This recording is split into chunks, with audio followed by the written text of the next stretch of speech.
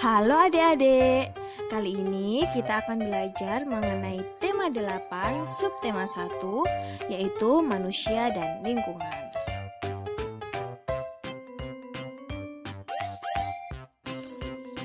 Dalam subtema ini kita akan belajar mengenai manfaat air, tangga nada, siklus air, keragaman sosial budaya di Indonesia, dan jenis usaha dengan mengolah sumber daya alam. Lalu, apa aja sih manfaat air bagi makhluk hidup? Kita bahas satu persatu ya. Yang pertama yaitu manfaat air bagi manusia. Air ini memiliki peran yang besar bagi keberlangsungan hidup manusia, di antaranya untuk minum, mengepel, memasak, dan lain-lain. Yang kedua yaitu manfaat air bagi hewan. Hewan juga memerlukan air seperti halnya manusia. Hewan memerlukan air untuk minum, tempat tinggal, membersihkan tubuhnya, dan sebagai alat pelindung untuk menghindari panas terik sinar matahari di siang hari. Dan yang terakhir adalah manfaat air bagi tumbuhan. Selain manusia dan hewan, air sangat berperan bagi tumbuhan, khususnya dalam proses fotosintesis.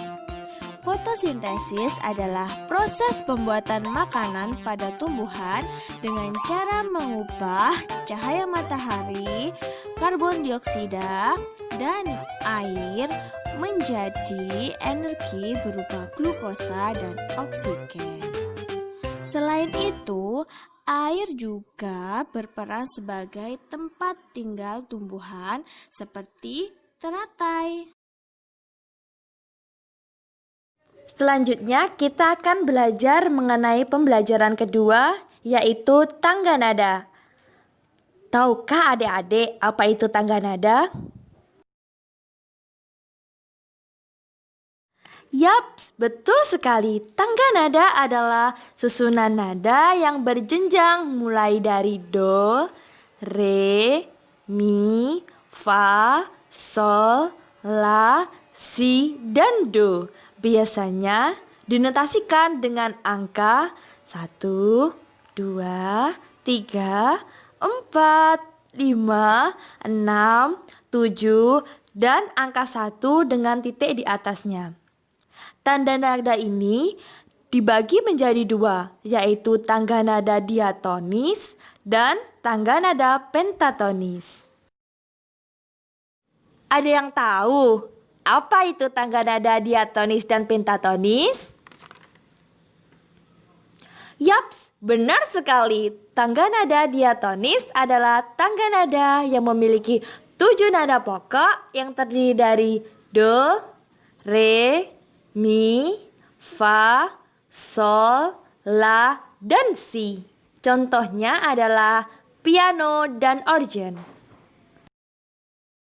Sedangkan untuk tangga nada pentatonis adalah tangga nada yang memiliki 5 nada pokok. Contohnya adalah gamelan.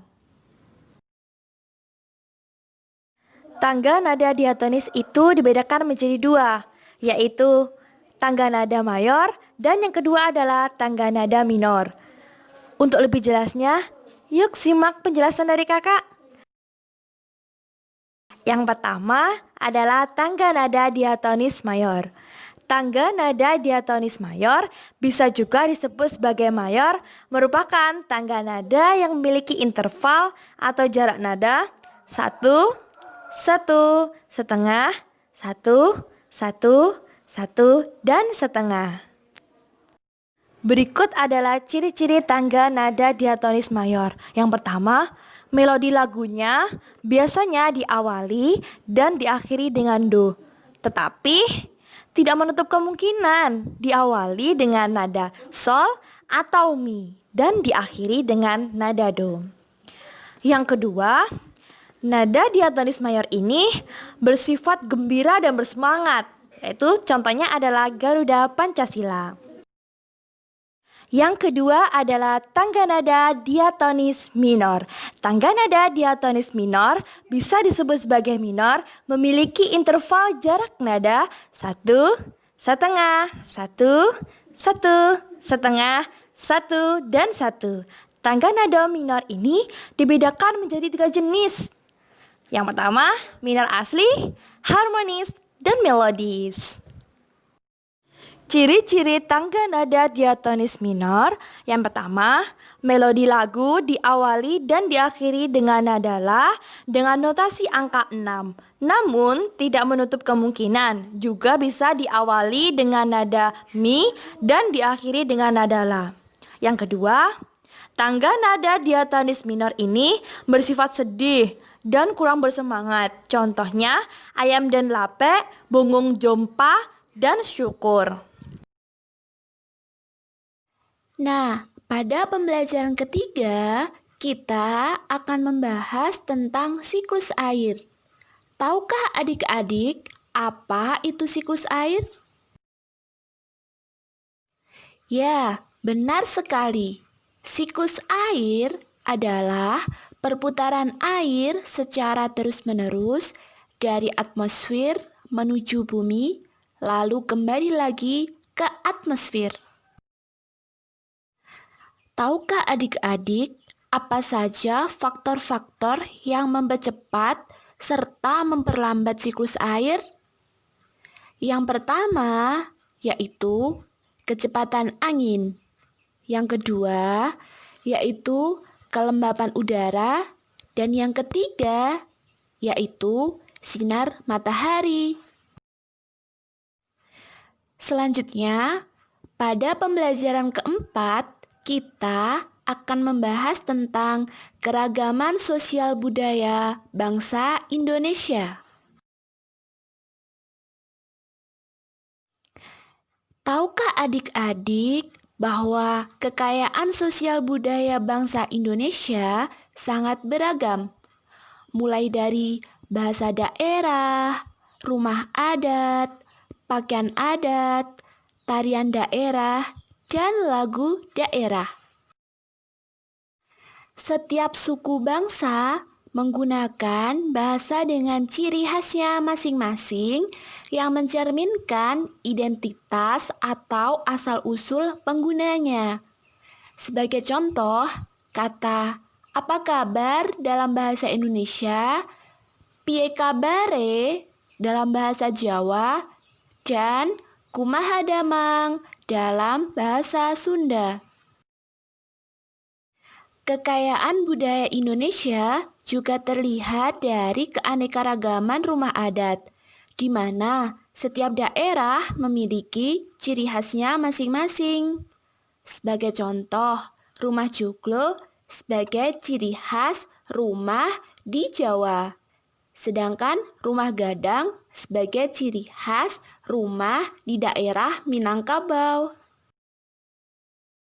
Selain rumah adat, tentu saja setiap daerah juga memiliki pakaian adat dengan corak dan ciri khas yang berbeda-beda. Contohnya, baju Marlena dan Sakera yang merupakan pakaian adat dari Madura dan baju Bondo Kanduang yang merupakan pakaian adat dari daerah Sumatera Barat. Tahukah kalian bahwa bangsa Indonesia merupakan bangsa yang berbudaya dan memiliki kreasi seni yang tinggi, di mana setiap daerah memiliki tarian khas masing-masing. Contohnya, tarian Saman dari daerah Aceh dan tari pendet dari daerah Bali. Lagu daerah di wilayah Indonesia pun sangat beragam. Sebagai contoh, Kicir-Kicir yang merupakan lagu daerah dari DKI Jakarta dan Apuse yang merupakan lagu daerah dari Papua. Baik adik-adik, selanjutnya kita akan belajar mengenai jenis usaha dengan mengolah sumber daya alam. Ada banyak potensi bidang usaha yang mengolah sumber daya alam di tanah air kita, seperti di bidang agraris dan ekstraktif. Kenapa Indonesia disebut sebagai negara agraris? Karena sebagian besar masyarakat Indonesia bermata pencarian sebagai petani. Apa saja sih usaha dalam bidang agraris? Usaha dalam bidang agraris terdiri dari pertanian, peternakan, dan perikanan. Pertanian adalah kegiatan budidaya tanaman pada suatu lahan yang hasilnya dapat mencukupi kebutuhan sehari-hari. Hasil pertanian di Indonesia antara lain padi, jagung, ubi, dan kacang tanah. Peternakan adalah usaha memelihara hewan peliharaan yang diambil manfaatnya. Contoh dari peternakan adalah peternakan sapi, peternakan ayam, dan lain-lain. Sementara, usaha peternakan menghasilkan daging, telur, susu, dan kulit. Perikanan merupakan usaha yang memanfaatkan kolam-kolam di lahan persawahan, pantai, danau, atau waduk. Jenis ikan yang biasa dibudidayakan antara lain lele, mujair, bandeng, nila, kakap, dan gurami. Sementara itu, usaha ekstraktif yaitu upaya mengambil sumber daya alam secara langsung seperti berburu, menambang, dan penebangan pohon di hutan. Selanjutnya, kita akan membahas tentang jenis usaha masyarakat di Indonesia. Usaha yang pertama adalah perindustrian. Perindustrian adalah usaha yang mengelola bahan mentah menjadi bahan jadi atau setengah jadi. Terdiri dari 4 pembagian. Yang pertama, industri rumah tangga, industri kecil, industri sedang, dan industri besar. Yuk, kita bahas satu persatu. Yang pertama adalah industri rumah tangga. Industri rumah tangga memiliki tenaga kerja 1-5 orang saja dengan peralatan yang sederhana seperti pembuatan kue kering. Yang kedua adalah industri kecil. Industri kecil ini mempekerjakan 6-19 orang saja seperti mebel, tukang tahu, pengrajin. Selanjutnya adalah industri sedang. Mempekerjakan 20-90 tenaga kerja seperti pembuatan pakaian jadi ataupun percetakan. Yang terakhir adalah industri besar dengan jumlah pekerja lebih dari 100 orang seperti industri baja, mobil, dan tekstil. Usaha yang kedua adalah perdagangan. Perdagangan adalah jenis usaha yang menjual barang produksi kepada konsumen atau pemakai. Berdasarkan jumlah barang yang diperdagangkan, jenis usaha perdagangan dibedakan menjadi 3. Yang pertama adalah pedagang kecil seperti warung, kios, ataupun pedagang kaki lima. Yang kedua adalah pedagang menengah seperti minimarket.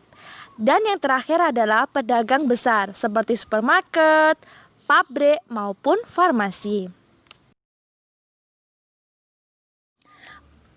Usaha yang terakhir adalah jasa. Jasa adalah jenis usaha dalam bentuk pelayanan terhadap konsumen. Contohnya, seperti guru yang mengajari muridnya, sopir bus, maupun dokter yang merawat pasien di rumah sakit.